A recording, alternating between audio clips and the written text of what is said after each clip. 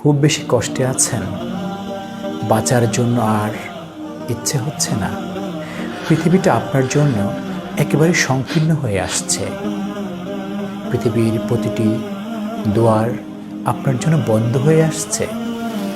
যখন দেখবেন আপনার জীবনে অনেক কষ্ট নেমে এসেছে, বাঁচার জন্য ইচ্ছে করছে না, পৃথিবীর সব সম্ভাবনার দুয়ারগুলো বন্ধ হয়ে আসছে, তখনই আপনাকে বুঝে নিতে হবে মহান সৃষ্টিকর্তা আপনাকে তার দিকে আহ্বান করছে। তিনি আপনাকে তার সান্নিধ্যে নিতে চাচ্ছে। তিনি আপনাকে ভালোবাসে।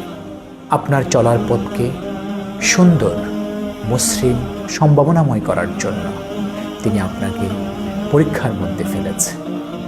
যখনই দেখবেন সব কিছু অগোছালো লাগছে, এলোমেলো লাগছে, বিশ্বাস করুন, কারো কাছে মনের দুঃখ না বলে, কারো কাছে কষ্টগুলো শেয়ার না করে সে মহান সৃষ্টিকর্তার কাছে মাথা নত করুন। তার কাছে নিজের কষ্টগুলো, দুঃখগুলো খুলে বলুন।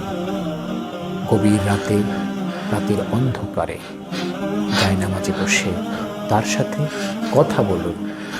সেই মহান সত্তার কাছে নিজের কষ্টগুলো প্রকাশ করুন।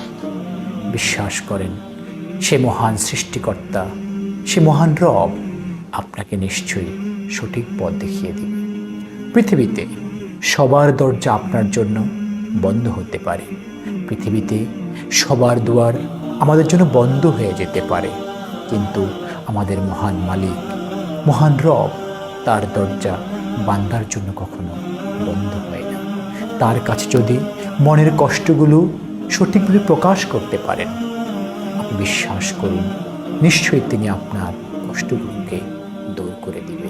আমি আপনাকে বলছি, যদি আপনি মহান সৃষ্টিকর্তার উপর ভরসা করে পথ চলতে পারেন, নিশ্চয়ই তিনি আপনার জীবনকে সহজ, সুন্দর ও সম্ভাবনাময় করে তুলবেন। আপনার জীবনের কষ্টগুলোকে তিনি দূর করবেন, আপনাকে ভালোবেসে কাছে টেনে নেবেন। তাই আপনার চাওয়াটা হতে হবে নিখুঁত, তাহলে পাওয়াটা ইনশাআল্লাহ সুনিশ্চিত।